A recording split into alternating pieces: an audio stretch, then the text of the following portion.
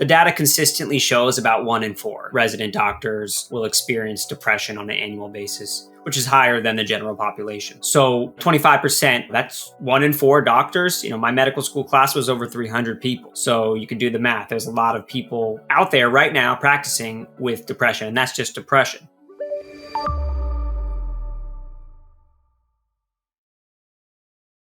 Well, here we go. Everybody, welcome back. It's time to talk about mental fitness, to talk about mental health, probably to learn a few things about how we can take steps in our daily lives to improve ours.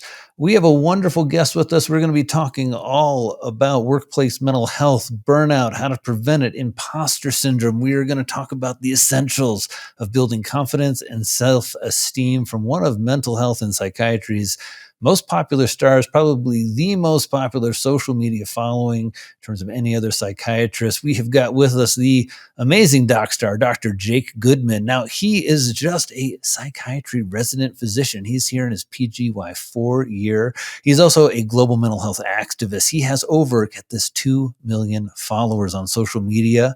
He graduated with a bachelor's degree and a master's of business administration from the University of Georgia, as well as a medical degree from Thomas Jefferson University.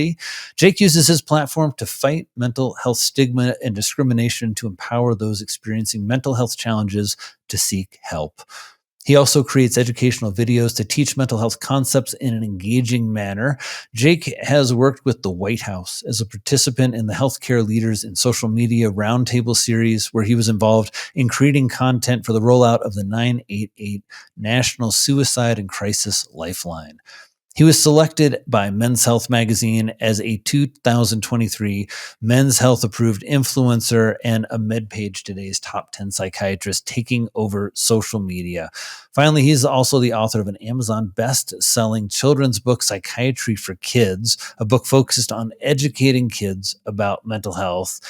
It's absolutely a treat to have him. He's an inspiration to me as a older guy who's been in social media for a while to see him using his platform. Dr. Jake, welcome. It's so great to have you. Thanks for having me, Drew. Excited to chat with you.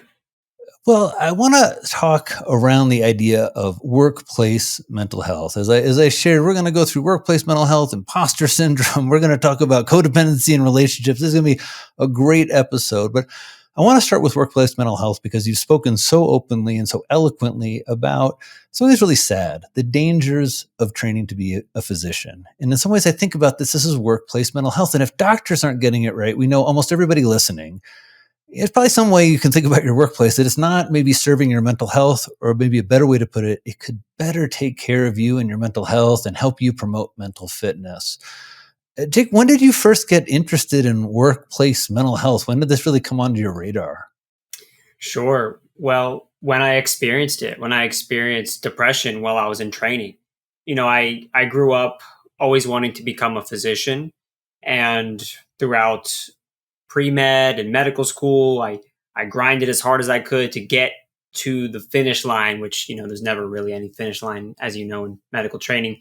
But I got to residency, I became a doctor, I became an MD, and within 3 months of entering residency, I was at the lowest point really in my life, a complete darkness. I had experienced some episodes of anxiety and what may be depression, or maybe more of what we call in psychiatry like an adjustment disorder prior, but this was the real deal. And I felt nothing. I felt absolutely nothing for the first time in my life. And for people that have felt that, they understand what that feeling is. And in psychiatry, we call it anhedonia, the complete lack of pleasure or interest in things that you normally enjoy doing. That was my day to day.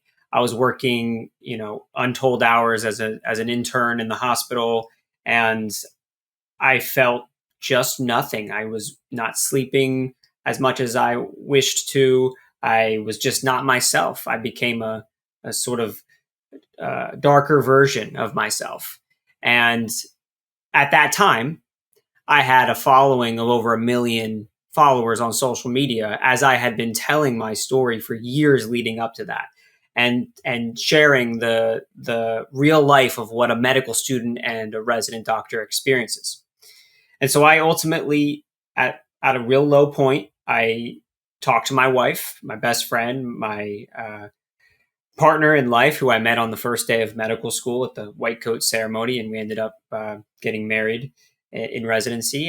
And she helped me find help. I went to a therapist, I went to a psychiatrist, and over the weeks to months after that, I started to get better. I started to really climb out of this dark place. And so I mentioned the social media following because I was at a point in my life where I'm like, do I share my story? Do I share what I've been going through, and that I got help? And that not only I got help, I took medication for mental health because for those listening, that's a very taboo and stigmatized topic within medicine, within medical training, within healthcare, for people to take medication for mental health. I know sometimes it can sound absurd that we even say it like that. Like, how can that be stigmatized? How can that be No, I mean, taboo? I think people appreciate it because I think everyone listening faces that. You think about you have a simple depression, and I say, "Hey, come, maybe you should try this for a little bit, see if it works."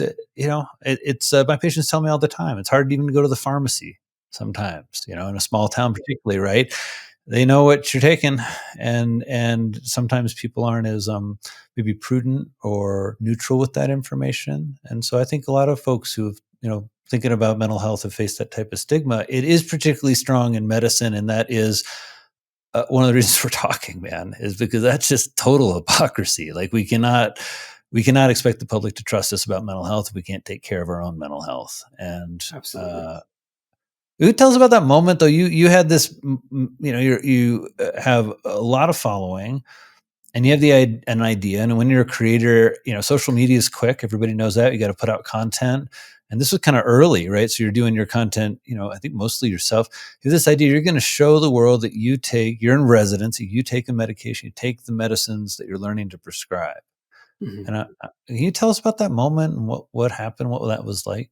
Yeah, it was a moment. It was I remember it like it was yesterday. I had been on medication and been going to weekly therapy for, let's say, I don't know, 3 months or so at that point. I don't know the exact amount of time, but I was really getting better and feeling more like myself.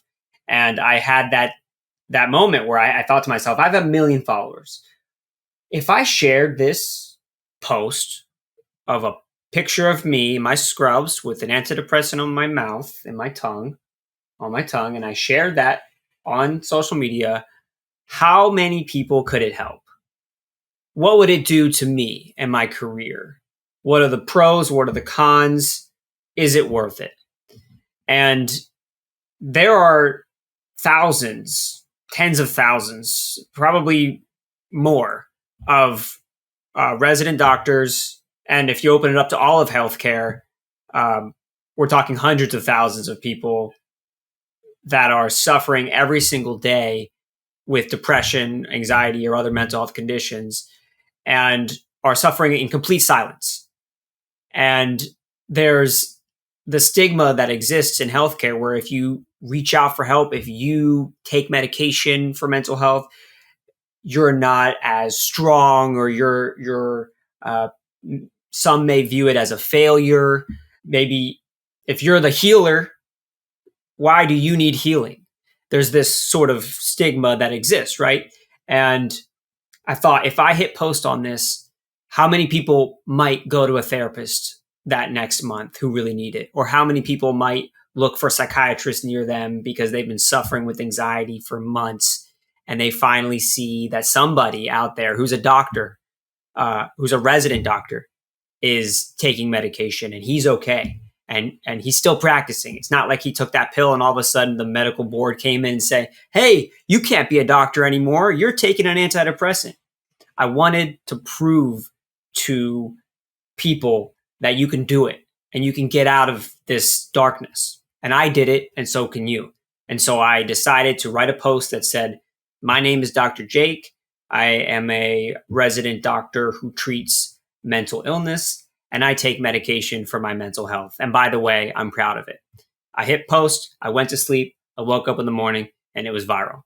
Yeah, I remember that moment. I mean, really clearly. It was, I think, one of the best examples around self-disclosure leading to good things. And I really appreciate In the midst of what sounds like a bad depressive episode, maybe you're coming out of a little bit, that you kind of have both the bravery, but also the kind of strength to be positive and think, I have a big following. This could inspire people, as opposed to letting those voices that maybe you were worried about, like the critics or the people who judge you or all the anti-med or anti-psychiatry folks out there.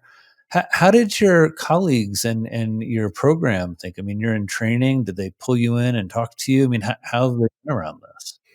After that post, everything changed, mostly for the better, because thousands of people, thousands, probably tens of thousands across all platforms. Because I didn't just post that on Instagram. I posted that on all platforms that I was on.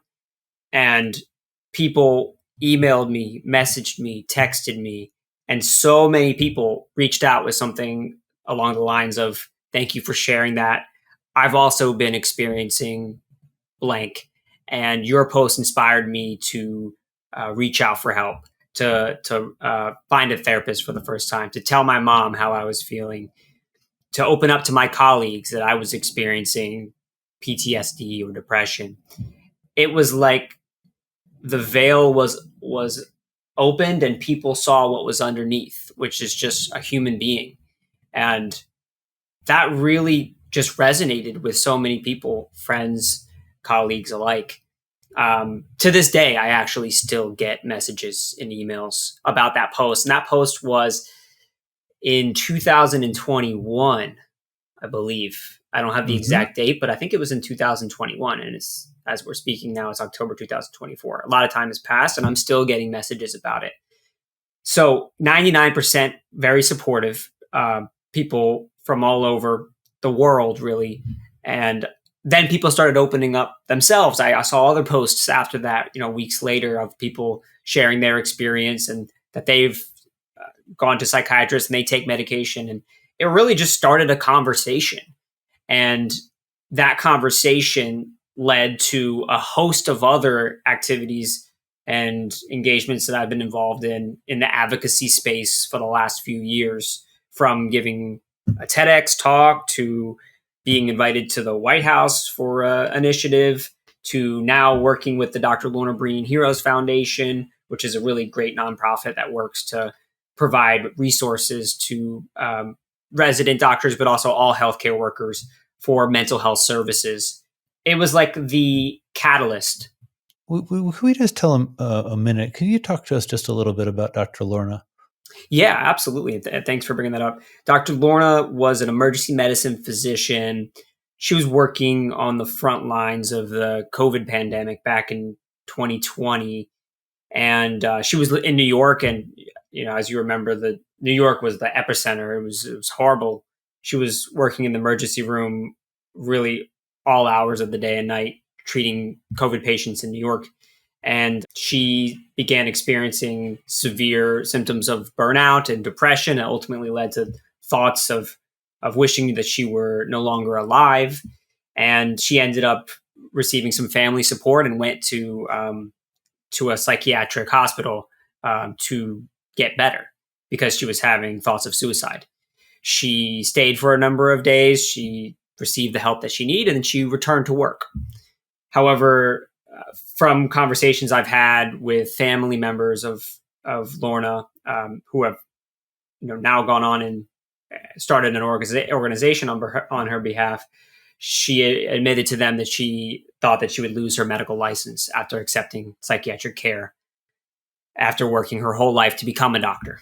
She believed that it was possible that her career would be over because she sought help. And a few days later, she had ended her life by suicide. And her family started a foundation on her behalf called the Dr. Lorna Breen Heroes Foundation. And their goal is to make sure that this does not happen again, and to provide resources for healthcare workers who are in need, but also at a health policy level, create laws that provide funding for mental health services for healthcare workers, as well as remove intrusive questions on different licensing applications that people, once you apply to become a doctor, a nurse, they may ask you intrusive mental health questions. The Dr. Lorna Breen Foundation lobbies and fights against that. I'm so glad to hear that you're involved with the organization, and it's very meaningful to me. The Allen Pavilion, I believe, is where she was an emergency room physician, which is in the very, very northern tip of Manhattan. It's a satellite hospital of Columbia Presbyterian Medical Center, now the New York Presbyterian Medical Center. And everyone who trains at Columbia Psychiatry rotates through there. And so, Wow. yeah, you just see it, Sorry, Jake. Anyway, you've been in those places as a physician, and yeah, it's just and you I didn't know her, but the docs. Just those docs. That's Upper Manhattan. You're there because you just love taking care of patients, and yeah, it's just got me at the end of my day here, Jake. So let's celebrate that you're doing something. I think it's also a difference. I think about it between you and me, it being a bit of a younger guy in this game. You've been so open about your mental health, and I think exactly what you're talking about is a difference. I've been a little bit, but like I've not been open and bold about it. And I think it's what you're talking about. I've been scared. I've been scared that patients would maybe get worried about my capacity to care for them. I was scared about I don't know, if you're too open about your mental health, people really worry, right? And I think also, and it's something particular, it's around mental health, but I think also for men that a little bit of maybe I would say suspicion we have of men, and that notion you can't really know and see mental health. Mhm. I can't really know whether you're depressed again right now, unless you tell me some of what's going on, unless you really trust me. And so it's one of those things that's such a tricky balance. And the idea that you're helping people in healthcare get more help, just absolutely wonderful. I'm wondering if you have tips. So many people watching, are in the workplace and they're not sure what to do. They don't want their work to know they're struggling, especially something, let's say, alcohol use disorder or, depression or bipolar disorder, right? But they need help. How should people best navigate this? Yeah, that's a really great question where there's a couple different answers. Largely, it depends. Now, all programs are not supportive. Let me just clearly state that. There are maybe some that are more understanding and maybe have leadership that are with it, that are understanding of what's going on in today's society and culture. And, just for those listening to have an idea of like, how common is this? How common is it for doctors to experience depression and medical students and residents? The data consistently shows about 1 in 4 resident doctors will experience depression on an annual basis, which is higher than the general population. So, 25%, that's 1 in 4 doctors. My medical school class was over 300 people. So you can do the math. There's a lot of people out there right now practicing with depression, and that's just depression. The studies show about 1 in 9 resident doctors will experience thoughts of suicide, suicidal ideation, and that's higher than the general population. 1 in 9. This is highly prevalent, and this is really not spoken about much. There may be programs that don't even have services for those who are struggling. And when I say programs, I mean residency programs, but that could also mean nursing school, hospitals in general. Maybe you have people that you can reach out to. Maybe you don't. I would say to start, you can always reach out to a trusted individual, a friend, a family member, someone who you can share your experiences with, whether you need a listening ear or they may be able to direct you to resources. I'd say that's number one. And that's so hard. That is so hard. Like I know I just said it as if it's something you could just go and chat with somebody about. I know what it's like because I did it. And it's really hard to do that. So that's like step number one. Step number two, if your hospital work environment has a wellness kind of initiative, a wellness officer or union that has access to like a mental health or wellness center, that's another place to go to after you reach out to someone, a friend or a trusted colleague. I think there's a belief that once you do that, that everyone's going to know. but I would challenge you to challenge that thought, because it's highly unlikely that people would find out that you went to a wellness officer or HR or whatever sort of person to help you out. That they can then connect you with further resources. If you're still struggling at that point, there are resources that you can go to. There's a physician helpline that you can contact that can connect you with resources. Just Google physician helpline. There's, I don't know off the top of my head, but there's a number that you can call that's staffed by psychiatrists who can direct you to resources. If things get really, really bad, actually, I'm going to rephrase that.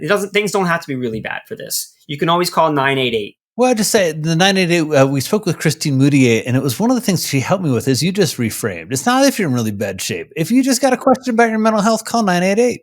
And she kind of let me know that if you, it doesn't have to be acute suicidal ideation. We probably shouldn't call it a suicide hotline. We should call it a mental health helpline.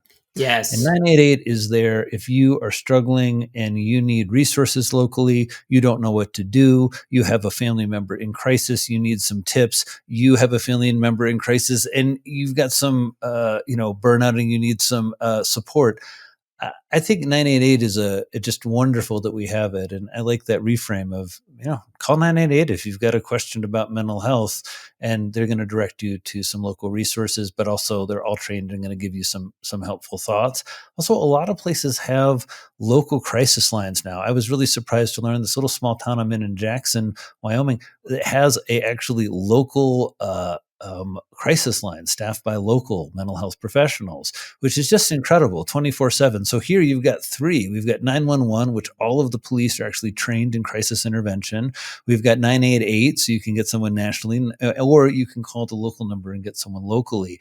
And I think part of our efforts in talking more, and part of all of Jake's amazing work reaching millions of people around the world, is really to let people know there are lots of resources and lots of steps to take. And as Jake says, it stays confidential unless you take a bold step like Jake to really share your story.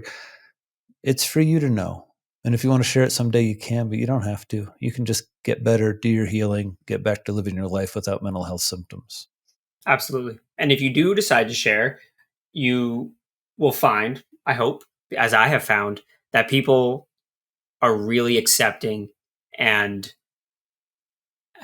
you're able to connect with them maybe on an even deeper level once you share that vulnerable side of yourself. And you don't have to share it on social media. You could share it to a few friends that you may find will say to you, man, I've also really been experiencing blank, or my sister or my brother or my friend experienced this. Thank you so much for sharing. It binds us together. There is strength and vulnerability.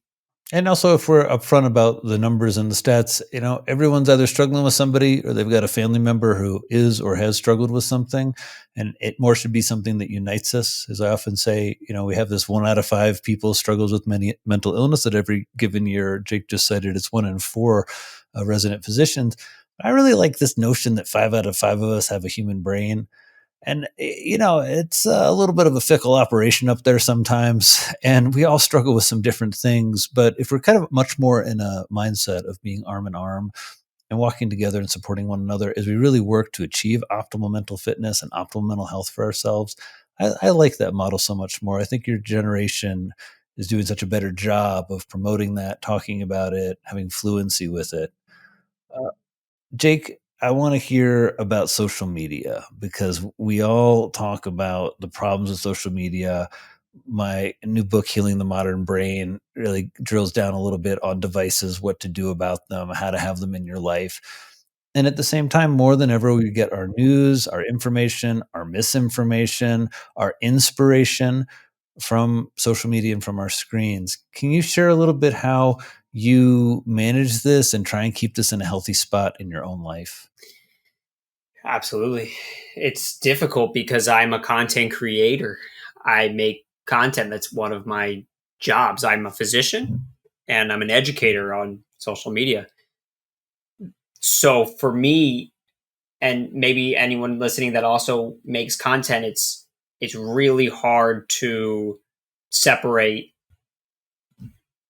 the producing mind and the consuming mind. So when I get on social media, I'm constantly thinking, That's an interesting post. I wonder how I can make a similar type post using a mental health theme and then educate people about a specific mental health topic. That line is going through my brain all the time as I'm on social media scrolling. And if you're a consumer, maybe you just get, and when I say consumer, it means you don't produce content like 99% of us. You just go on there to enjoy the content. It's how do you stop consuming? How do you say, okay, I've had enough today, even though this video is the funniest thing I've seen today, or this video taught me so much about a new topic? It's like we have these advanced computers with unbelievable algorithms at our fingertips that can show us videos that can change the course of our day, week, or maybe even life. You may learn something that might be totally life-changing. I have taken things from social media before and implemented them in my life, and they've made me a better person. So I always like to say that part because there's a lot of positives here. Yeah, I agree. I mean, I think it's important to note some of the positives. I think there's also the creativity. I mean, I wouldn't say it's just 1% making content. I bet everybody listening posts a little bit. You might not be a mega brand like our doc star Dr. Jake here, but you post, you make content, you make funny little jokes. You're in touch with your high school friends on Facebook, and I like you noting the value of it. I'm wondering you maybe seem to get a little bit more value out of it than most people. And I wonder if there's something that you either do in some of your personal social media relationships or a way that you kind of curate your feed. Because I think a lot of us, I end up like, I don't mean to, but there I am, like looking at another avalanche video, looking at another big boat video, looking at a bunch of moms partying somewhere video. It's like, oh, on and on and on. And I was like, oh, wait, no. I was here to learn about mental health. How do you kind of keep your feed real? Great question. I unfollow people. I only follow people that I really enjoy. I'm pretty savage with the unfollow button, and there is absolutely no negativity towards people that I don't want to follow anymore. If I just see content that doesn't really make me feel better or empower me or educate me or provide some sort of enjoyment, I'm just not interested in that, and I'll unfollow. And I only follow, for the most part, mental health or healthcare or friends of mine. Like, I'm just not one to follow content that, or even engage with content that doesn't make me more fulfilled. And that's really hard to do because these days it's not just who you follow. The algorithm has a mind of its own. And when you're scrolling, you're going to see things that are based on people you don't follow. That was the mom's partying content. That's all algorithm. Just I'm not searching for that. It's like, I don't know. It's like when your kids pick up your phone and the algorithm knows you're a middle-aged dude. It's a little like a hard moment where it's like, kids, no, I'm not looking for that stuff. The algorithm found me. Jay, how do you prevent yourself from just like picking it up all the time? I think that's a problem I find myself where I'll post something, I'll go home and I'll find myself, I'm not like paying attention to my children. I'm like, oh, look, some people watched it. How do you prevent that? That's really hard. That's like, how do you prevent eating chocolate? Chocolate's awesome. Tastes great. More studies are finding that in low doses, chocolate can be helpful. Dark chocolate. Let's be clear. Dark chocolate. For you milk chocolate people out there, you better throw that milk chocolate in the trash can. I'm just kidding. Milk chocolates. It's fine. It just has more sugar. Anyways, everything in moderation. I really try to create clear boundaries around my social media use. So really after a certain hour of the night, I'd say an hour and a half prior to bed, I am not using social media. I may get on my phone, but I have clear boundaries in my head that if I get on social media, I'm going to go down a rabbit hole where I really should be winding down to go to sleep. I can't be looking at content and seeing what would be inspiring for me to post next week. I have these rigid sort of boundaries in my head where these times are social media. These times I can use social media, which is like eating breakfast in the morning. As I'm eating, I can just kind of watch my Instagram feed. Or maybe at lunch at the hospital, I can have, if I'm eating alone, I'll have YouTube and I'll watch a couple videos. But those are like allocated times to watch videos. Just like I have allocated time to eat dark chocolate. after lunch. It gives me a little boost of caffeine. So that's my sort of advice for people is like really just create these times in your day where this is where I can consume, but in these times here, it's not good for me and my mental health or my impending sleep to be on social media. And sometimes you actually have to set sort of physical boundaries in the app itself that will shut down at a certain time. Like they have ones where you can't even access your account after 9 p.m. or after 45 minutes of use, you can't log in. Things like that can help. Thanks for those tips on kind of being more responsible and more boundaried, I'd say, and a little more, let's call it rigid. And I think there's a necessity for that there's some good, there's some bad, but you've got to be very disciplined about it. Think about it like a superpower, when like superheroes like first learn their superpower and it's like, and they're like blowing everything up and it's like way too much. And then they like get control of it. I hope that the social media kind of digital overload trend is going to settle down and we can figure out more ways to use it for good. I hope so too. I fear that it's going to get more and more and more overloaded. And the way that you can combat that now is to set those boundaries and to follow people and consume content that makes you better and makes you more fulfilled. Yeah, really curate that feed, everyone. I think that's really one of the take homes for talking with Dr. Jake. I want to talk to you about building confidence and building self-esteem. You're really open about some of the challenges you've had, some of the challenges getting into medical school and the application process and the MCAT. And I've been really curious around your building confidence. I was speaking with one of my patients actually just this week, and I said, we talked about this notion of protecting time. And I had this moment where I said, in some ways, self-confidence is really simple. It's about protecting your time so you can set intentions and accomplish things. And that's the core of self-esteem. Thinking about things you want to do and then doing them. And I felt like maybe I was oversimplifying it, but I really do believe that's at the core of it. We're getting a sense of our challenges, seeing that we're working and trying towards something. Can you share with us some of your experience, like building self-esteem, building confidence? Mm-hmm. Growing up, I was blessed to have parents that instilled a belief in me that I could do anything I wanted to. I never was pressured to become a doctor or to really become anything. It was, you can do anything you want. You just got to work for it. I understood that from a very early age. I truly grew up believing, and I still believe, I think I could make a pivot now. I believed and believe that I could become the president if I truly wanted to. I know that may sound a bit outrageous, but I see it. I see that anybody can become anything.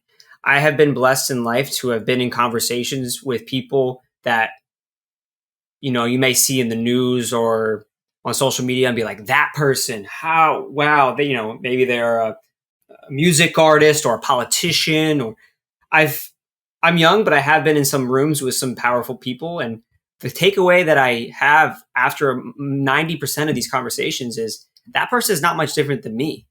If I just spent another, blank number of years and X number of hours and learned the craft, I could become that if that's what I wanted. And that's where I put my life energy and force. And I think there's this belief that some people like astronauts are like, superheroes. You can never become an astronaut or a physicist or a professional, golfer or a politician. These people are, not human. They're something different. They're not. They just worked really hard. They maybe got a little bit lucky and they were around the right people and they found that career path for them. So I always had that vision that I could become anything I wanted. And when I decided I wanted to become a doctor, life didn't just open up its hands and just say, come on in. We've got a doctor shortage. We need you. It provided barriers for me along the way that I had to break through or go around or find a new path. And those were medical school denials, retaking the MCAT. I'm very open in my story that I've been denied by 25 medical schools before one medical school accepted me. That's how many it took. And I have never once been in a room with a patient that said, wait a minute, Did you get denied by 25 medical schools? I'm not going to be able to receive care from you. Yeah, and you've been really, you've been very open about it. I mean, I think a lot of people are denied by a lot of medical school these days. It's just so competitive. But I think maybe what you're speaking about is how those, when you got evidence from the world that you were wrong, like, no, Jake, you can't do anything, man. You can't be a doctor. You didn't do well enough on the MCAT. One of the things that you like ignored it.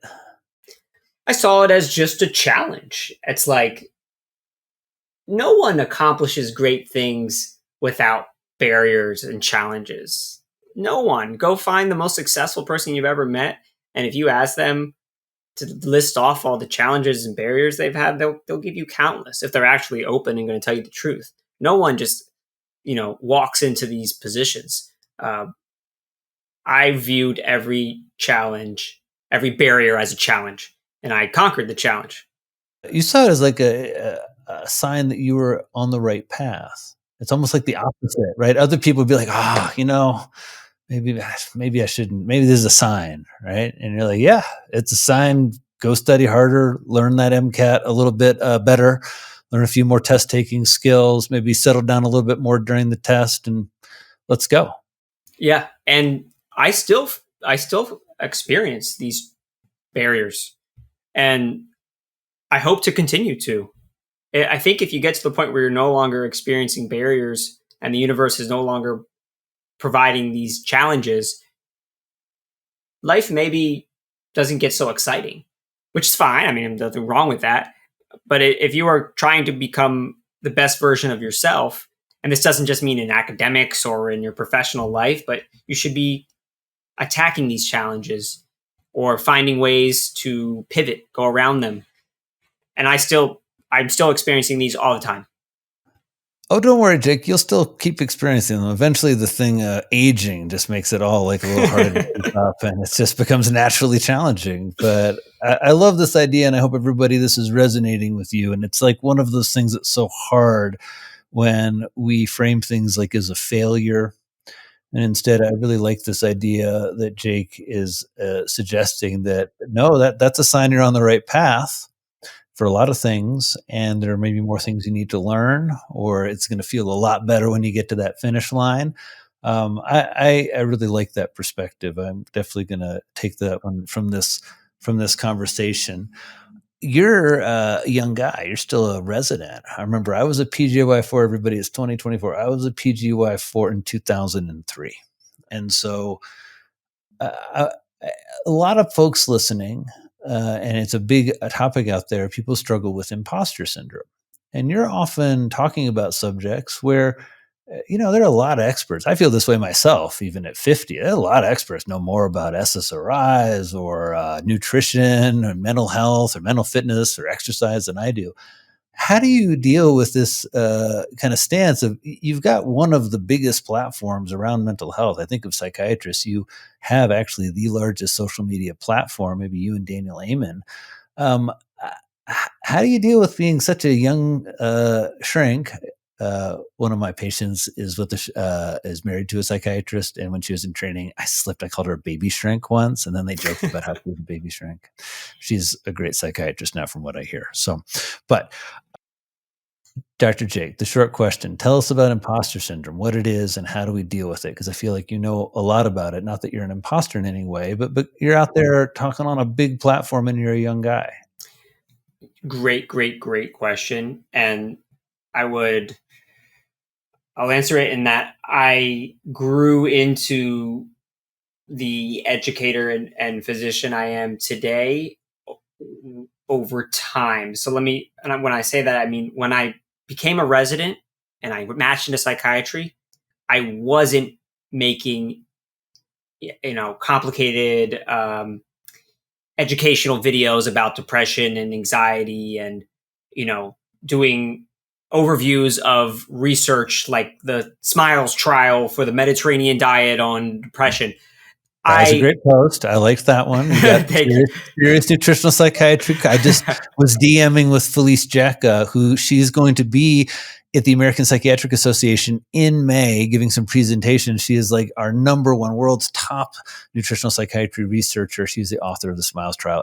We had Felice on an episode already. Sorry to just fangirl about Felice. You said Felice, I fangirl. It happened. Sorry. Let's get.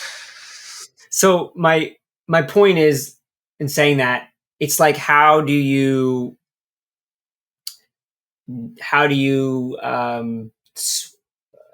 drop into a 14-foot half pipe and skate with ease? Well, I started with a 1-foot half pipe and learned how to do an ollie and grind and make sure I wasn't falling on my butt every time I skated. When I started making videos, I dipped my feet in. As far as mental health education goes, I learned what was working, what wasn't. I was in the books. I was reading. I was learning to become the doctor I am today. And I'm still and will continue always to learn and adjust and learn and adjust. And most people that experience imposter syndrome may never dip their feet into the water or jump on the skateboard in this metaphor at all. They'll be kind of standing back and I'm not ready. That half pipe is too big. Those waves are too big. But you got to start. They're imposters because they're not trying. If you have imposter syndrome and you're not trying, that maybe counts in your mind. If you're trying, don't have imposter syndrome. You're someone who's doing it. You might be learning, you might be a beginner, you might be doing 1-foot ollies, but you're doing it. And that's what counts. Exactly. The most important thing is just trying and adjusting. And you're not going to be perfect. I still make videos where I'm like, I could have said this differently. I really don't like the way I did this. Or when I'm talking to patients, I may say something and then maybe the next session I'll say, earlier I told you this. I've had some time to think about it and look into the research. And actually, I would like to adjust this and say that we're going to move down this path instead. It's knowing that you're not going to have the answers and being okay with that, but knowing that you know enough that you could stand on 2 feet and you could drop into the half pipe and you're not going to fall. Thank you for that. I really appreciate that. Jake, do you have some mental fitness heroes? And I'm curious, for you, what does mental fitness mean? Mm-hmm. I love that you say mental fitness. It's something I want to start incorporating more. I use mental health as synonymous with mental illness and mental fitness. Yeah, I picked that. It became a framework with the e-course Healing the Modern Brain and also with the new book coming out. Because I felt with mental health, it was something that, we wanted, but we didn't really know how to build necessarily. And with mental illness, nobody wants that. Right? And mental fitness to me felt like it was just missing from the equation of that's the way you build mental health. That's the way you protect your mental health. That if you've had depression, you got to do a lot of mental fitness work to not have another episode. You might still have another episode, even if you do all the good stuff. But boy, doing the good stuff really helps protect you according to all the research. The good stuff, some of which is out there, a lot of, sleep hygiene, nutrition, exercise. But I also felt there were some parts of our field that people weren't setting goals around. Like the first tenet of mental fitness is self-awareness, and the notion that by being able to sit with ourselves, understand ourselves, focus on our bodies, our minds, our thoughts, describe them, get feedback, that's really like, we can't change any behavior without that. And so that's sort of the first step. But thanks for saying that, Jake. It means a lot that the word means something to you, given all of the success you've had in building platform and communicating to people about mental health. Oh yeah, absolutely. I'm going to start incorporating that more because I've been looking for that word. How do I talk about growing your mental health in a positive manner? How do you do that? What is the term for that? Mental fitness. And when I think about mental fitness, I think about the athletes that are out in competing in sports at the highest level that work on their mental fitness. We just got out of the Olympics. So like Simone Biles, right? She's somebody who was on the biggest stage imaginable, experienced a mental health condition. They call it the twisties in gymnastics, some sort of anxiety regarding maybe like a performance anxiety. I think it's hard for a lot of us even to appreciate, like, having anxiety about being, like, upside down, twisting around in the air, like, 18 times and bouncing, landing. It's like and being specific about it, that, like, I've got this thing that, so few people probably even know what that actually is, the twisties, and what it feels like. Right, right. It's not in the DSM-5 this year, but that's our They've named so many moves after Simone Biles. I bet that the twisties will make it into one of the DSMs just in tribute to her and all she's done. I just saw a quick stat that something like 60% of women considered taking better care of their mental health just based on what happened with Simone Biles over the summer at the Olympics, and just being inspired by her study. And I'm not exactly sure where that stat comes from, but it is one of those ways that we've really seen the conversation change. But anyway, back to you, mental fitness. You're thinking about some of these athletes. yeah, especially athletes that they step out of competition to treat their mental health. Then they get all the backlash from all the people that all of a sudden are judging them. When she dropped out in the last Olympics, I remember on my Twitter feed and watching people on TV and people saying really hurtful things. Quitter, you quit.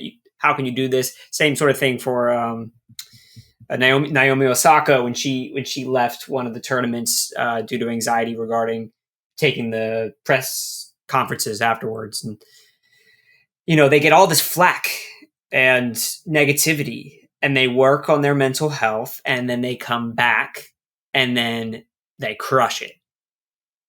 That to me is such a testament to putting in the work, not just on the field or in the gymnastics ring, whatever term you want to use there. As you can tell, I'm not a gymnast. Is it called a ring? Arena, perhaps? And and then you go on the biggest world stage and you knock it out of the park, and you get gold medal after gold medal.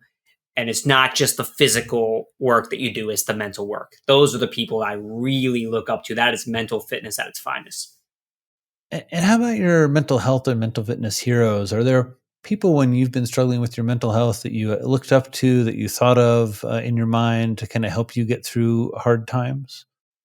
I've got friends who I know have experienced mental health challenges, and when I'm down, I lean on them, and when they're down, they lean on me, and when we're both down, we lean on each other.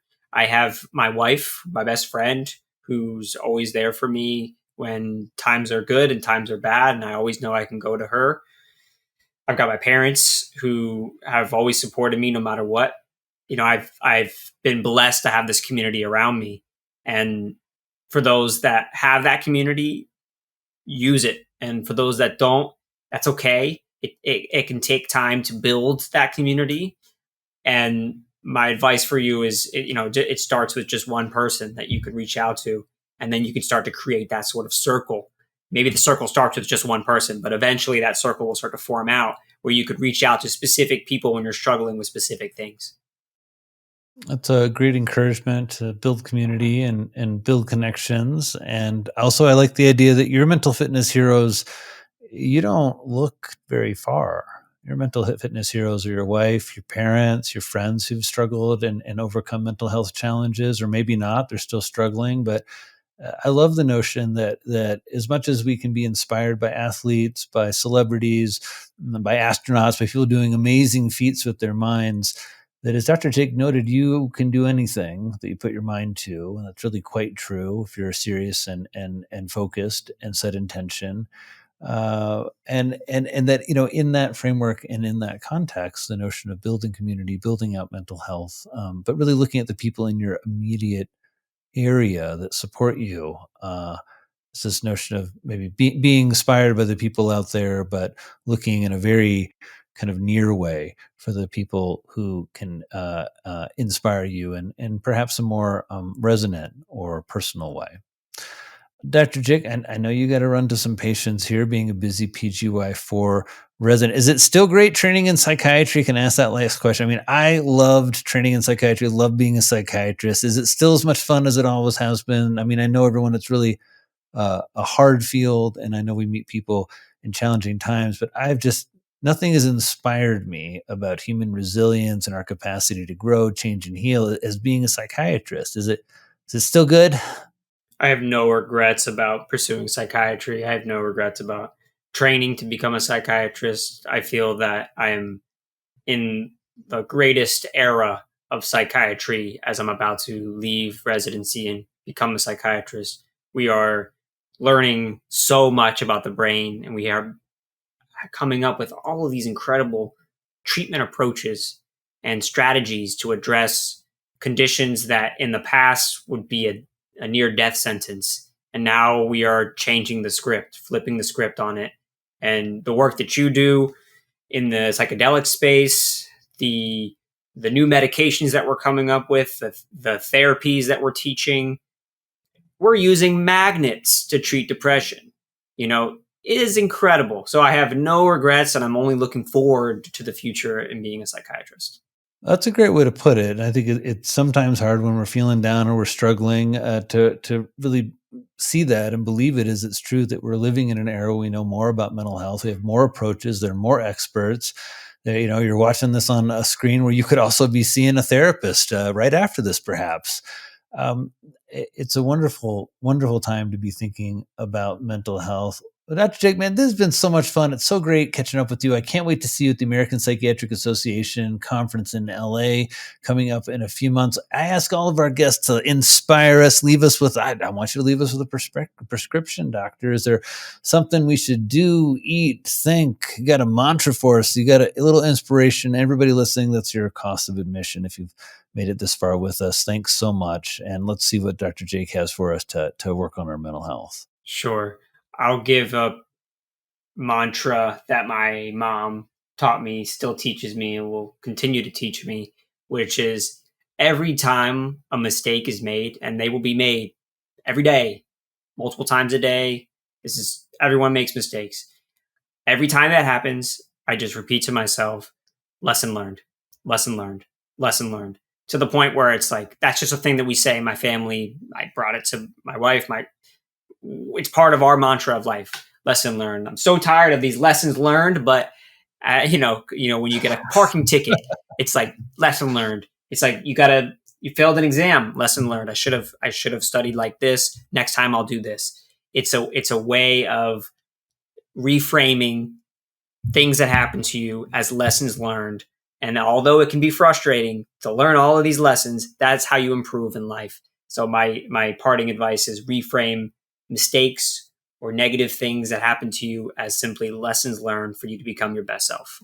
Oh, I love that. I love that. I've had a bunch of lessons I've learned recently, everybody, all of which I look forward to using to improve my mental health and mental fitness. And I appreciate the inspiration. Dr. Jake, what a treat to know you. It's just really fun for me here in clearly the middle of my career to know that young psychiatrists like yourself are reaching millions of people through social. When social media first came out, I was one of the very, very first psychiatrists to get on. I was on Twitter. And boy, that caused a lot of consternation. There was a lot of judgment. There was a lot of worry. This is back in the era when we didn't text with patients, we didn't video with patients.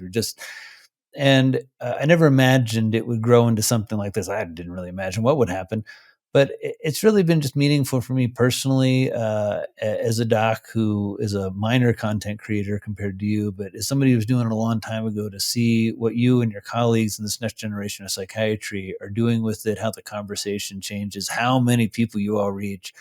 Nothing would make an old dog happier, Jake. So thank you so much for that. It's a treat to know you. I'm so excited to watch you launch into your career.